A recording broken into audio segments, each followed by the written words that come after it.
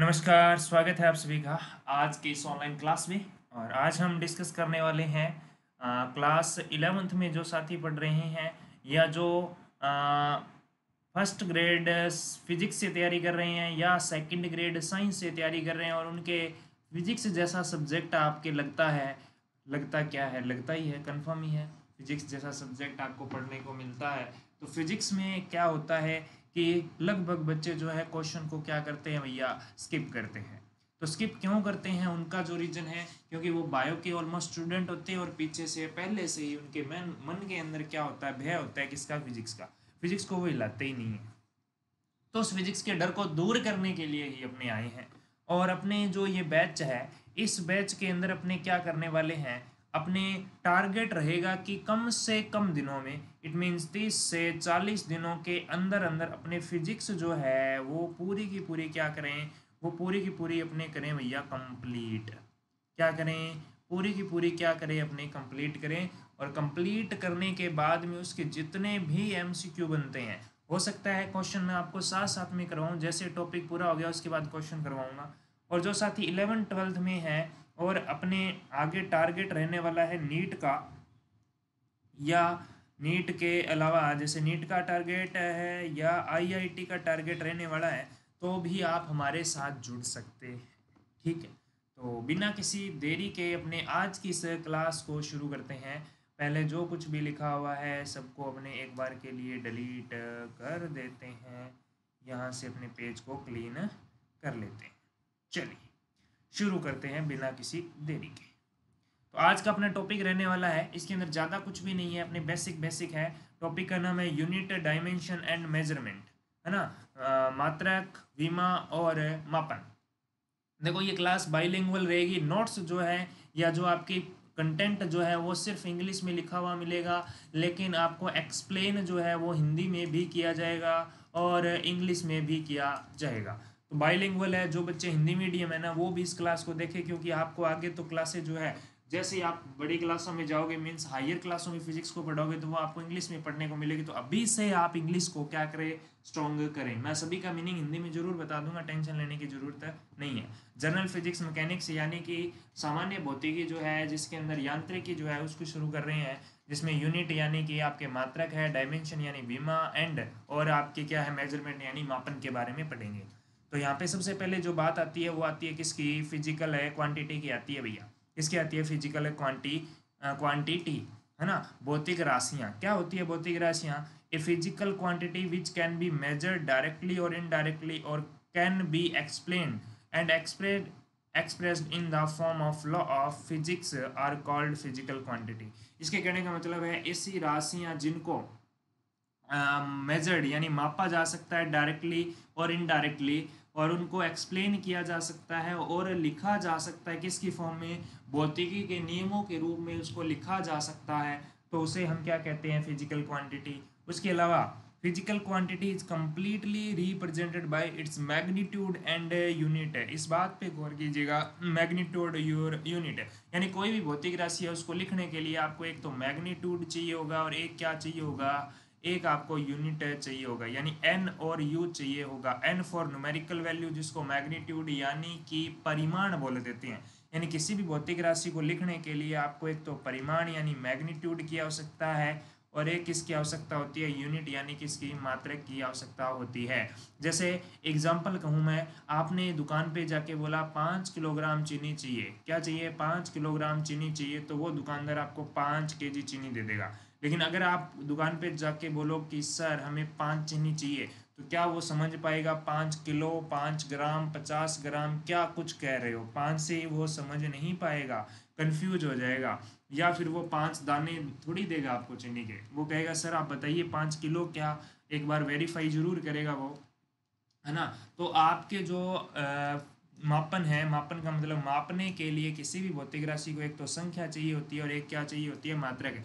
तो ये पहली जो संख्या या जो नंबर है इसको कहते हैं न्यूमेरिकल वैल्यू।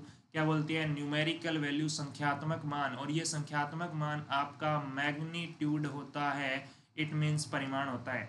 और किलोग्राम जो है ये आपका क्या होता है, मात्रक होता है। क्या होता है भैया, मात्रक है, यानी जिसको क्या बोला जाता है, यूनिट बोला जाता है। क्या बोला जाता है, यूनिट। ठीक है, समझ गए होंगे। उसके बाद में बात करें, the magnitude of physical quantity and unit are inversely proportional to each other, larger than unit smaller will be magnitude. यानी कि आपकी भौतिक राशि जो है उसके अंदर जो न्यूमेरिकल वैल्यू मैग्नीट्यूड जो है और जो आपका यूनिट है वो इनवर्सली प्रोपोर्शनल होता है, ये आपके होता है। ठीक है, इनवर्सली प्रोपोर्शनल होता है, यानी नंबर बड़ा होगा तो यूनिट छोटा होगा, यूनिट छोटा होगा तो नंबर बड़ा होगा। आपको कहे सर बात समझ में नहीं आई, कौन नहीं समझ में आयो हमारा, तो समझा देंगे। देखो 1 किलोग्राम इक्वल 1000 ग्राम, बोलो समझ में आयो।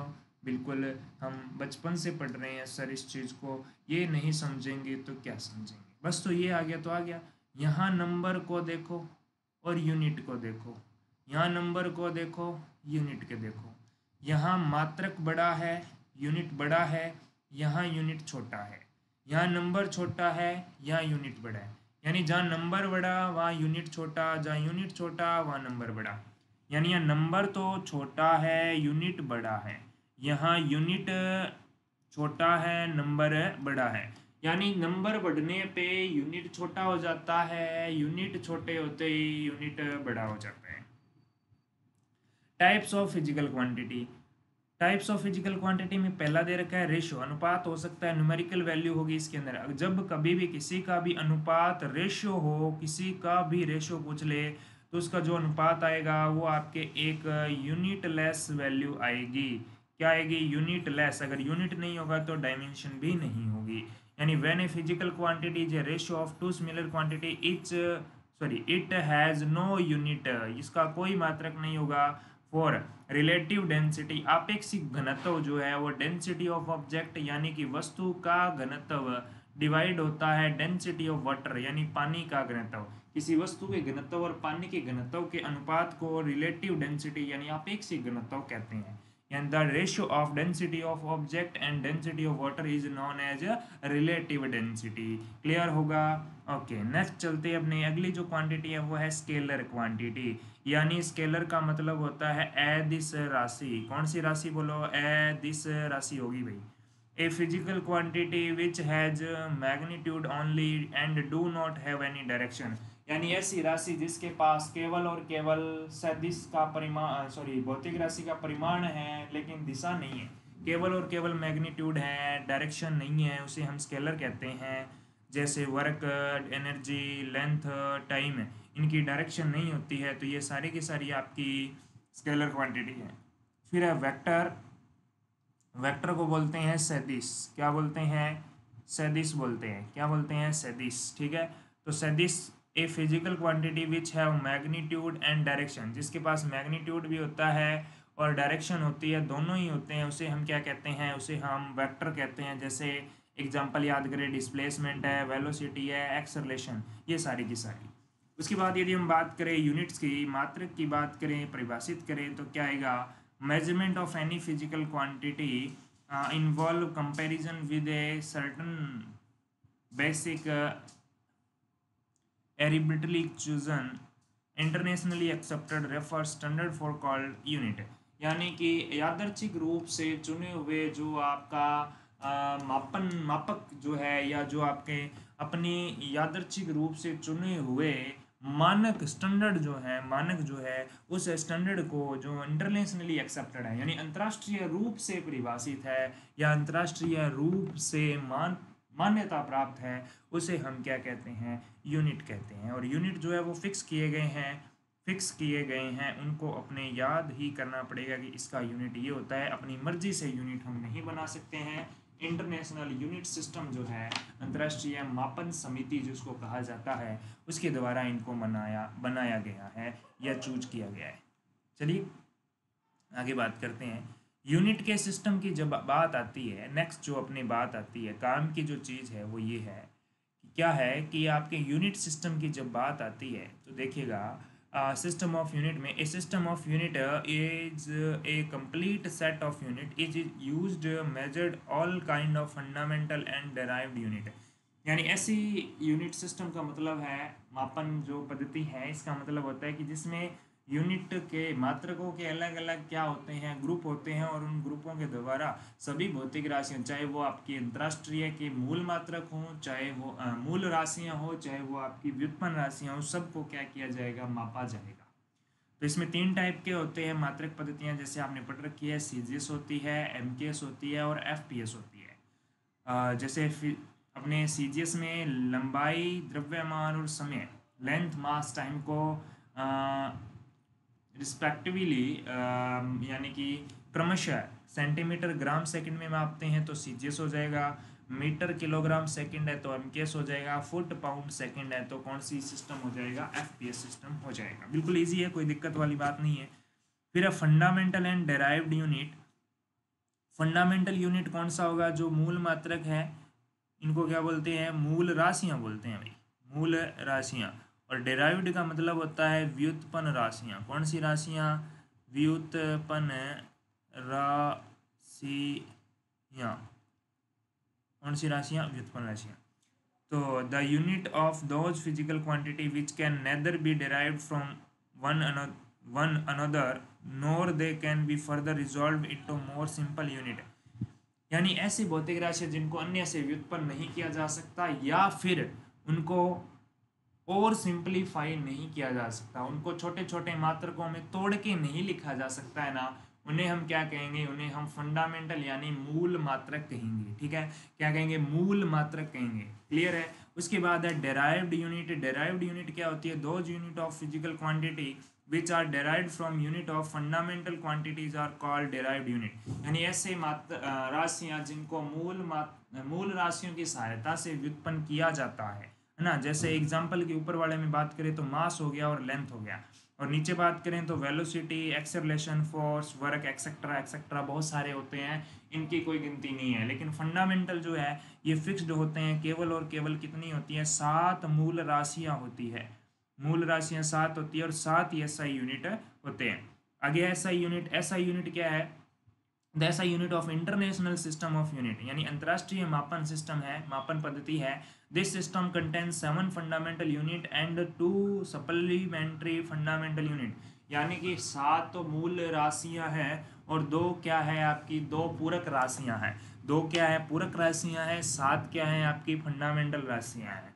कौन कौन सी है इनको आप अच्छे से याद कर लें। कौन कौन सी अभी चर्चा करते हैं अपने। सबसे पहले अगर अपने बात करते हैं तो आपके पास कौन सी राशि आती है, देखोगा, देखो भाई देखो क्या आता है।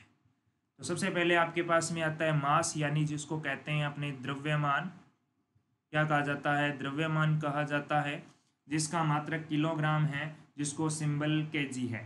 मास को किससे लिखते हैं, छोटे एम से लिखते हैं। फिर है लेंथ, यानी कि जिसको आप क्या बोलते हो, लंबाई बोलते हो भैया, और लंबाई को लिखा जाता है एल से, और इसका मात्रक एसआई मात्रक मीटर होता है, और ये सिस्टम में जो आपका प्रतीक है वो एम होता है। फिर है टाइम, यानी कि आप समय कहते हो, जिसको टी से लिखा जाता है, छोटे टी से। सेकंड होता है मात्रक और छोटे एस से लिखते हैं। टेम्परेचर को कैपिटल टी से लिखा जाता है और जिसका मात्रक केल्विन होता है। ऐसा ही मात्रक ताप का केल्विन होता है, के क्या बोलते हैं, सेल्सियस, जो कि गलत है, केल्विन होता है, जिसको कैपिटल के से लिखते हैं। ल्यूमिनेज इंटेंसिटी, यानी प्रकाश की तीव्रता, जो कि कैंडेला, जिसको सीडी से लिखा जाता है, और इसको ल्यूमिनेट इंटेंसिटी का बेसिकली कोई इंटेंशन नहीं होता है, अपने एल टी लिख सकते हैं शॉर्ट में, या एल आई भी लिख सकते हो, है ना, शॉर्ट बना लो, वैसे है नहीं। इलेक्ट्रिक करंट को आई से डिनोट करते हैं, यानी विद्युत धारा, जिसका मात्रक एम्पियर, जिसको ए से लिखते हैं। फिर है अमाउंट ऑफ सब्सटेंस, पदार्थ की मात्रा, मोल होता है, ठीक है, एम ओ एल से इसको लिखते हैं, मोल मात्रक होता है। फिर है supplementary SI unit, dimensionless unit है, दोनों को दोनों जो है इनका कोई भी विमा नहीं होती है, इनकी सबकी विमा होती है, इन सबकी क्या होती है, विमा होती है। इसकी क्या होती है भैया, L1 होती है, इसकी M1 होती है, ठीक है। सेकेंड टाइम की 1 होती है, केल्विन है तो K1 होता है, कैंडेला है तो CD1 होता है, एम्पियर है तो A1 होता है, मोल है तो मोल 1 होता है। ये सब की बीमा होती है। इन सातों के रूप में अगर आप लिखते हो तो वो क्या कहलाती है, आपकी बीमा कहलाती है, सबकी घात के रूप में लिखते हो तो प्लेन एंगल सामान्य कोण जो है वो रेडियन इसका मात्रक है, जिसको RAD से लिखते हैं, ये इसका मात्रक है, कैसा, एसआई यूनिट है। फिर है सॉलिड एंगल यानी कि ठोस कोण। ठोस कोण, ठोस कोण को कई बार घन कोण भी बोल देते हैं। क्या बोल देते हैं बोलो, घन कोण भी बोल देते हैं, ठीक है। तो इसका होता है स्टेरेडियन। क्या होता है मात्रक, स्टेरेडियन, जिसको एस आर से लिखा जाता है। क्लियर है ये बात, यहाँ तक आपको बात क्लियर हो जानी चाहिए, कोई भी इशू नहीं रहना चाहिए, ठीक है। अब बात करते हैं नेक्स्ट, अपने नेक्स्ट पेज पे चलते हैं और बात करेंगे अपने नेक्स्ट पेज पे, सॉरी नेक्स्ट पेज पे आ जाओ आप, ये रहा। तो dimensions of physical quantity, dimensions क्या होती है, यानी कि विमा क्या होती है। विमा और विमीय सूत्र की बात करेंगे अपने, विमीय सूत्र, dimensional formula. The power of which fundamental quantity must be in order of express the given physical quantity is called its dimension. यानी कि किसी भी भौतिक राशि को उसके मूल मात्रकों की घात के रूप में व्यक्त करना क्या कहलाती है, जो घात है वो क्या कहलाती है, विमा कहलाती है। It is use to express derived quantity in terms of fundamental quantity. इसका यूज क्या है कि जो आपकी व्युत्पन्न राशियां हैं, कौन सी राशियां, व्युत्पन्न भौतिक राशियां हैं, उनको किसके रूप में बदलना है भैया, उनको मूल राशियों के रूप में बदलना है। व्युत्पन्न को किसके रूप में बदलना, मूल के रूप में बदलना। जैसे फोर्स है द्रव्यमान गुणा त्वरण होता है, force equal mass into acceleration. तो इसको अपने किसकी फॉर्म में, अब मास को तो मास ही लिखेंगे, ये क्या है आपकी मूल राशि है। एक्सेलरेशन त्वरण को लिखेंगे वेलोसिटी डिवाइड बाय टाइम। तो इस तरह से इनको छोटे छोटे टुकड़ों में तोड़ना ही क्या कहलाता है, आपका व्युत्पन्न राशि जो है कहलाएगी, जिसको तोड़ा जा सकता है ना, जिसको नहीं तोड़ सकते वो मूल होती है। अब है एस आई प्रीफिक्स, यानी कुछ मात्रक छोटे होते हैं कुछ बड़े होते हैं, तो उनको 10 की घात के रूप में लिखा जाता है। जैसे 1000 है तो इसको फिक्स क्या लिखा जाता है, 1000 को लिखने की बजाय उसको किलो लिख दिया जाता है। 1000 की जगह क्या शब्द यूज कर लिया जाता है, किलो। ऐसे ही आपके छोटे या बड़े मात्रक बनाने के लिए इनका यूज किया जाता है, तो उनको आपने याद करना है, ठीक है। क्लास में मैं बेसिकली पढ़ाता हूँ, जब 11th-12th में तो उनको मैं ये नहीं करवाता, लेकिन अपने कंपटीशन के अंदर बहुत ये काम आते हैं। 11th-12th में भी काम आते हैं, उनको जहाँ यूज होता है वहाँ मैं साथ साथ में बता देता हूँ, लेकिन यहाँ अपने पढ़ते हैं। तो the magnitude of physical quantity very over a wide range, यानी बड़ी बड़ी मात्रक या जो राशियाँ हैं, भौतिक राशियों के मान जो हैं फिजिकल क्वांटिटी के मैग्नीट्यूड, यानी कि जिनका परिमाण बहुत बड़ा होता है।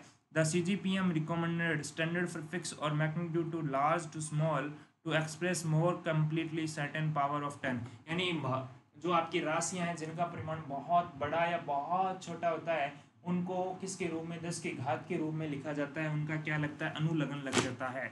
अनुलग्न का मतलब होता है कि उपसर्ग लग जाता है। तो 10 की पावर 1 2 3 के बाद में 1 2 3 तो चलेगा, उसके बाद 3 का पढ़ा है, 3 का 6, 6 का 9, 9 से 12, 12 से 15 से 18। तो इस तरह से चलता है। 10 की पावर 1 है तो शब्द यूज होगा डेका, 2 है तो हेक्टो, 3 है तो किलो, 4 का 6 का मेगा, 6 के बाद 9 का गीगा, 12 का टेरा, 15 का पेटा, 18 का एक्सा। तो अगर आपको लिखा हुआ मिल गया जैसे किलोमीटर है, किलोमीटर है तो इसका मीनिंग क्या है, किलोमीटर का मीनिंग क्या है, किलो का मतलब 1000, मीटर का मीटर आ गया। उसके अलावा मिल गया हेक्टोमीटर, हेक्टोमीटर आ गया तो हेक्टो का मतलब क्या था, हेक्टो का मतलब 10 की पावर 2, यानी 100 मीटर को हेक्टोमीटर बोलेंगे।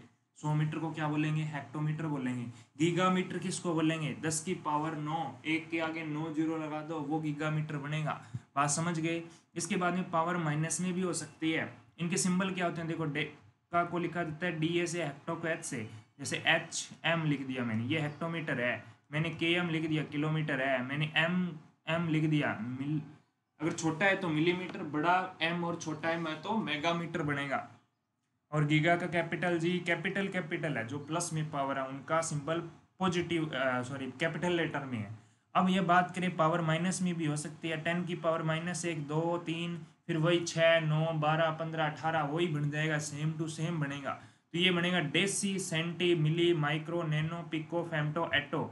डेसी का डी है, सेंटी का सी है, मिली का एम है, माइक्रो का ये सिंबल बनेगा यू जैसा कुछ, फिर है नैनो, पिको, फेम्टो और एटो।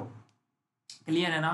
तो ये हो गया डेसीमीटर को 10 की पावर -1, सेंटी 10 की पावर -2, मिली 10 की पावर -3 को कहते हैं, माइक्रो 10 की पावर -6 को कहते हैं, नैनो 10⁻⁻9 को कहते हैं, पिको 10⁻12 को कहते हैं, फेम्टो 10⁻15 को कहते हैं और एटो 10⁻18 को कहते हैं। क्लियर है ना, ये बात आप समझ गए होंगे। फिर unit of important quantities, units of important physical quantities, इनका फिजिकल क्वांटिटी का यूनिट और डायमेंशनल फॉर्मूला आपको आगे मिलेगा। ये कुछ मात्रक हैं जो आप याद कर लें, यहाँ से नोट आउट डाउन कर सकते हैं, इसका स्क्रीनशॉट भी ले सकते हैं। फिर आपकी कुछ भौतिक राशि, इनकी विमा दी गई है जो कि आप लिख सकते हो। यहाँ देखो एक चीज़ मैं क्लियर कर दूँ, यहाँ कई राशियों में जहाँ केल्विन आना था, केल्विन की जगह उन्होंने क्या लिख रखा है, थीटा लिख रखा है। तो केल्विन की जगह कई जगह थीटा भी लिखा हुआ मिल सकता है, इससे घबराना नहीं है, टेंशन लेने की ज़रूरत नहीं है। ठीक है, तो चलते हैं अपने नेक्स्ट स्लाइड पे।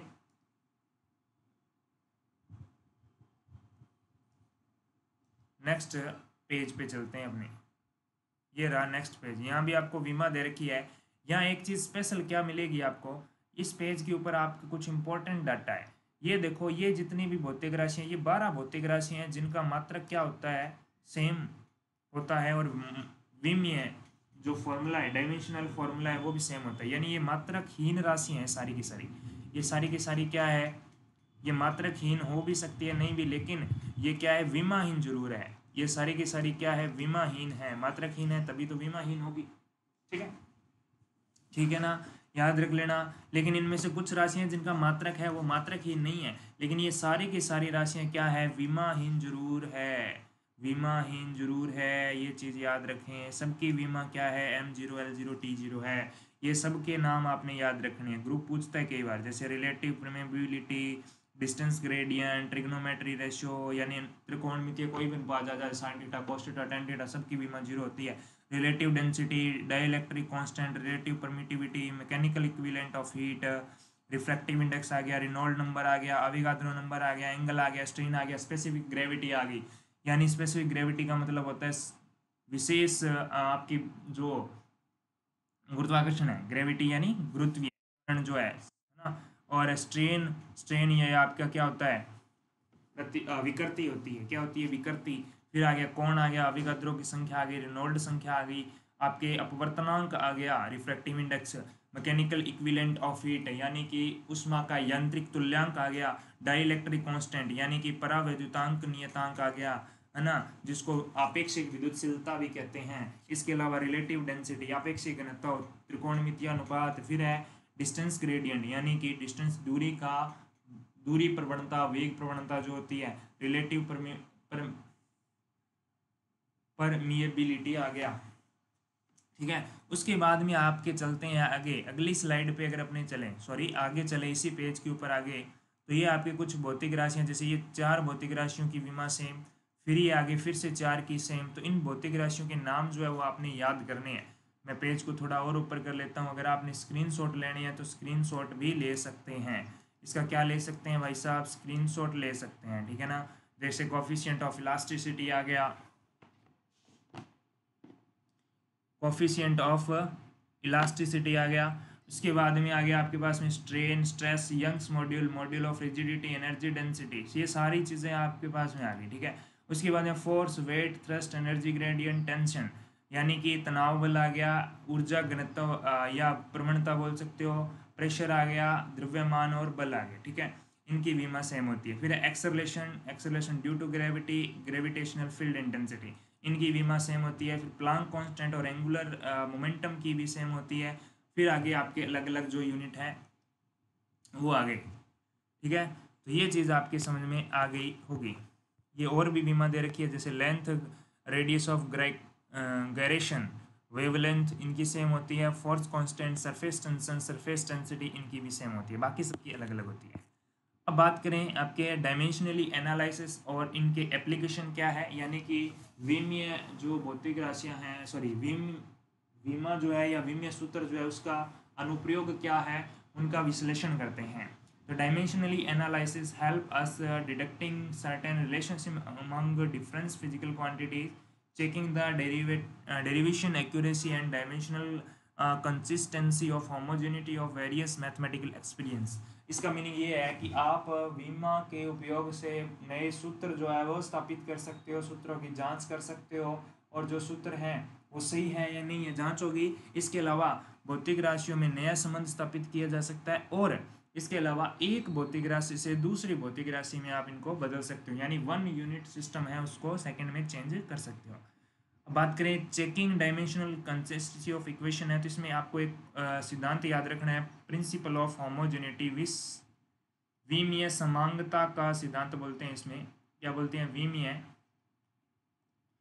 समांगता का, विमीय समांगता का क्या बोलते हैं? इसको सिद्धांत बोलते हैं। तो इस सिद्धांत के अनुसार किसी भी भौतिक राशि के दाएं पक्ष और बाएं पक्ष की जो विमा है वो क्या रहनी चाहिए? समान रहनी चाहिए, एक जैसी रहनी चाहिए।